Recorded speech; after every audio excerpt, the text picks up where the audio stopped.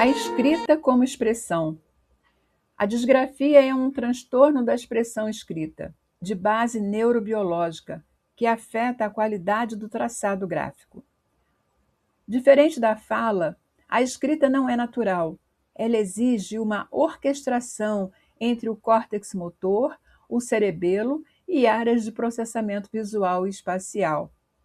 Na disgrafia, há uma dificuldade na automatização dos movimentos. O aluno gasta tanta energia mental para desenhar que perde o fio do raciocínio do conteúdo. Isso mesmo. Ele quer desenhar a letra e, por isso, ele perde o fio de raciocínio e muitas vezes se atrasa, muitas vezes não consegue terminar de escrever aquilo que o professor está colocando no quadro ou mesmo aquilo que o professor está falando, é o ditado. Esse aluno vai ter muita dificuldade para concentração, para continuar escrevendo. Por isso, é muito importante entender o que é disgrafia.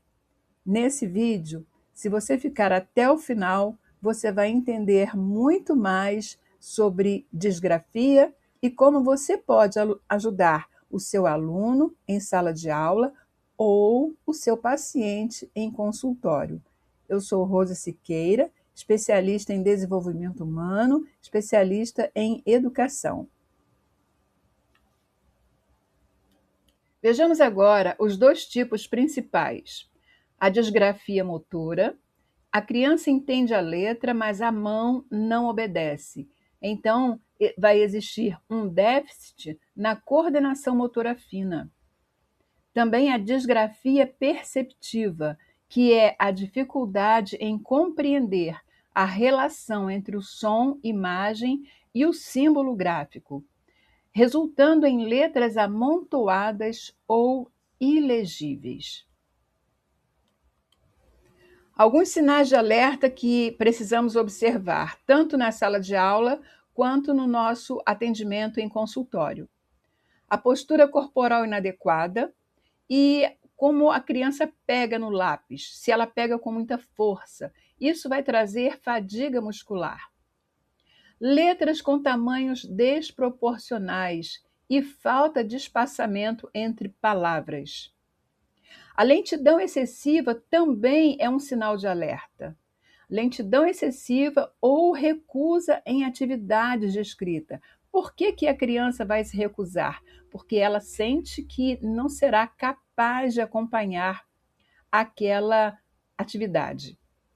Outra coisa, o caderno sujo, como muita gente fala, muitas rasuras, muitos borrões e desorganização espacial na folha. São sinais de alerta que nós precisamos observar para ajudar essa criança a evoluir e vencer a disgrafia. O olhar clínico e psicopedagógico sobre a disgrafia é fundamental. É vital diferenciar a criança preguiçosa da criança que tem disgrafia.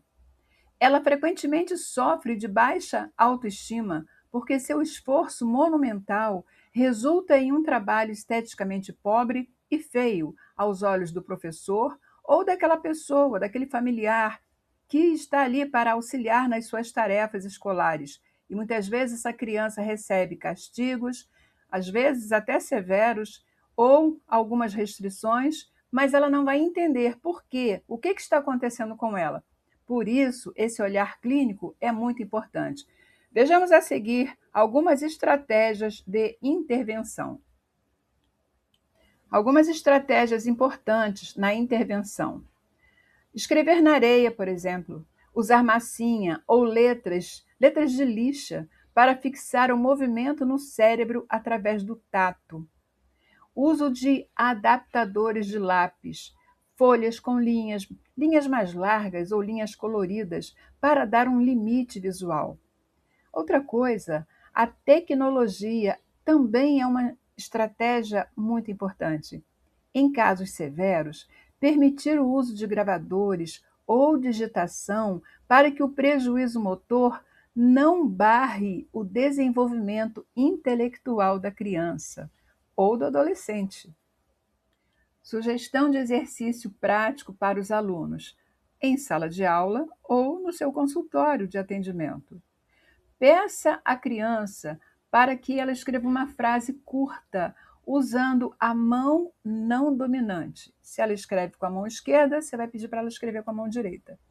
Enquanto você vai cronometrar, depois pergunte: como foi a sensação de perda de controle? Vocês conseguiram focar no sentido da frase ou apenas no movimento? Isso gera empatia imediata com o transtorno da disgrafia.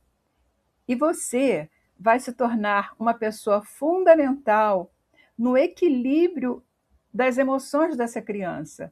Você se tornará uma pessoa inesquecível, porque você vai ajudá-la a superar essa dificuldade que tantas vezes pode ter levado essa criança a receber castigos, coisas inadequadas, palavras inadequadas também. Olha, não esquece, antes de passar para o próximo vídeo, se inscreve no meu canal e se você já é inscrito, você pode também deixar o seu like, o seu comentário e repassar esse vídeo para que outras pessoas recebam esse conhecimento. Transtornos emocionais podem provocar na criança baixa autoestima, podem levar essa criança, inclusive, ao fracasso escolar, porque ela vai se sentir incapaz de acompanhar as outras crianças.